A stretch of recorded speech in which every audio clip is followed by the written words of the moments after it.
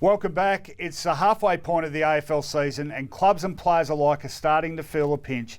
But there's no pacing yourself when it comes to manufactured football fury. And if there isn't enough outrage to be had, Finey and I will create it, by God. It's time to unleash the hounds of hell on the Footyology Rant-Off.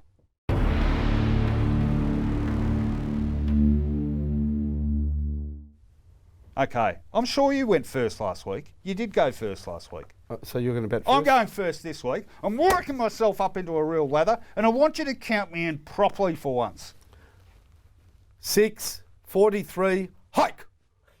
I'm not happy about this federal election, Finey. Frankly, it's a yawn fest. Two boring leaders, two vanilla major parties. It's about as interesting as moonlighting got after Bruce Willis and Sybil Shepherd finally got their gear off and shagged. There's only one way to liven up this campaign, and it's to get the AFL world involved. Come on, let's piss Turnbull and Shorten off and draft in Mick Malthouse as leader of the ALP. At least he doesn't just pretend to give us stuff about the environment. That was a serious one. Mick wouldn't cop any crap from the journos either. Imagine him going on the Bolt report, leaning across the desk and giving Andrew a massive smack around the chops. You wouldn't need any polling to know what that would do to the approval ratings. I want Kevin Sheedy leading the coalition. Why not? Sheeds has already done more for farmers this year with that country game than the Nationals have in decades. He and Mick could bang on about Martians and the ox being slow and the earth patient and still make more sense. They wouldn't look like a couple of insincere prats when they went out and shook hands with some real people either. And if it had been Sheeds who'd bitten into an onion and not Tony Abbott, no one would have batted an eyelid. When the next leaders debate comes around, I want Turnbull and Shorten out and Sheedy and Malthouse in. I want Craig Hutchison as moderator and I want the worm back too. Oh, sorry, I forgot. Chris Kenny has already got an election gig. First of all, a siren. Okay, I had a kick after the siren.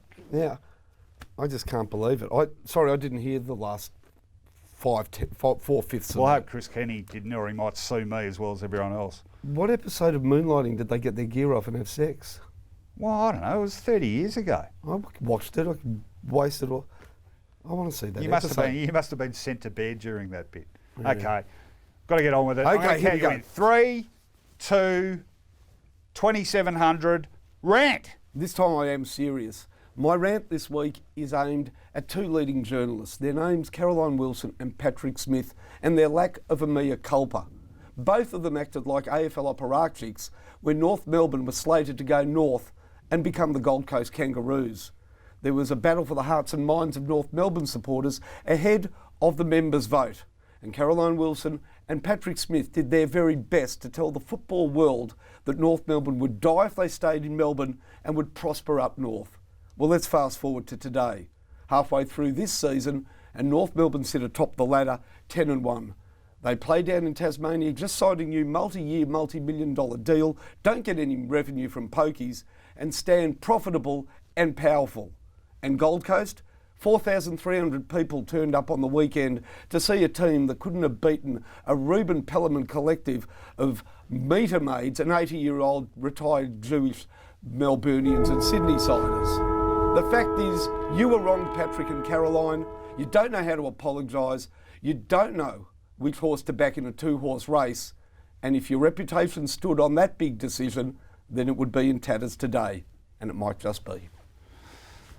Ooh, that was actually quite serious and very well delivered, Finey. And I have to say, I did sort of take up the cudgels a bit in print with Caro on that story, so I am with you.